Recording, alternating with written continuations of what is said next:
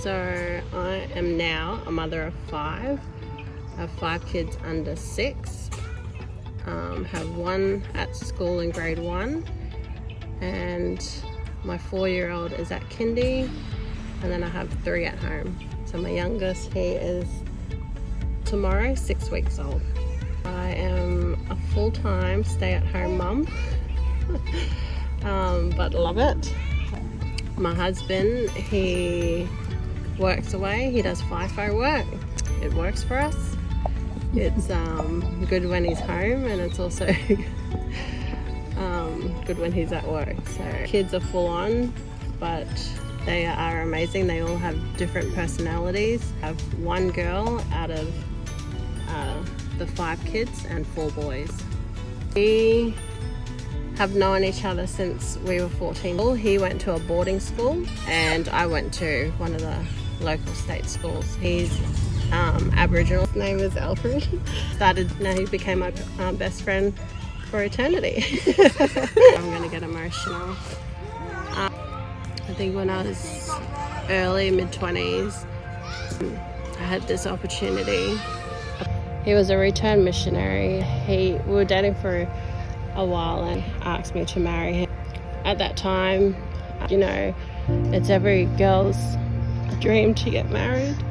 But I said yes, and we were about to get married, and I got endowed, and then I was a couple of months out to our wedding date. I just didn't feel comfortable anymore. I prayed about it, and because I was endowed, I went to the temple for a whole week, and I spent the whole week in the temple praying and asking Heavenly Father if this was the right person for me. And so my answer came, and I didn't end up getting married. It was probably the hardest decision I had to ever make, because eternity is not something that you can just give up on.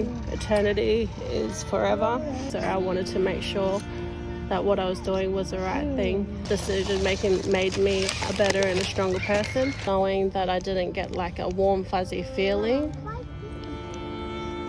after praying for a specific thing, I knew that was my answer. Like having a nil feeling, that was the answer for me. That was no, he wasn't the one for me. At the end of the day, like there's only really one person I can rely on.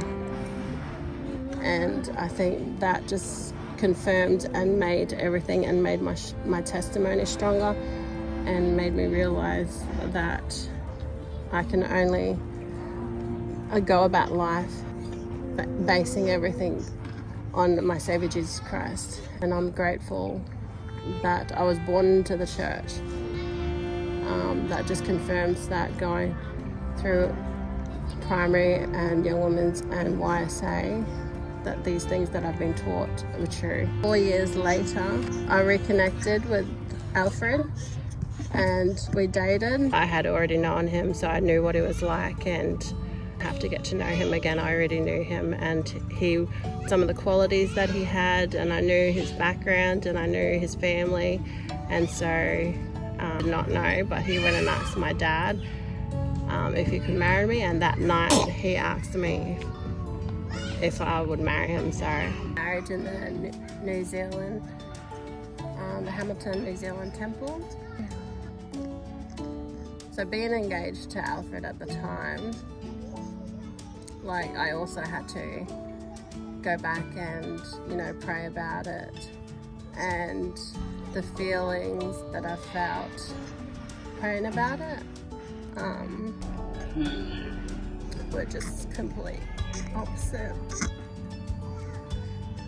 I didn't go to the temple to make sure that he was the one, but praying about it, I didn't have to. Fuzzy feeling and just knowing, like I just knew that it was completely different. It's not what I felt the first time, so I was sure that I was making the right decision, and saying yes was the best decision that I made to marry Alfred. So I'm grateful for the Spirit and I'm grateful for this gospel that I can tell the difference, and that I'm comforted at the time that I need to be to make the right choices.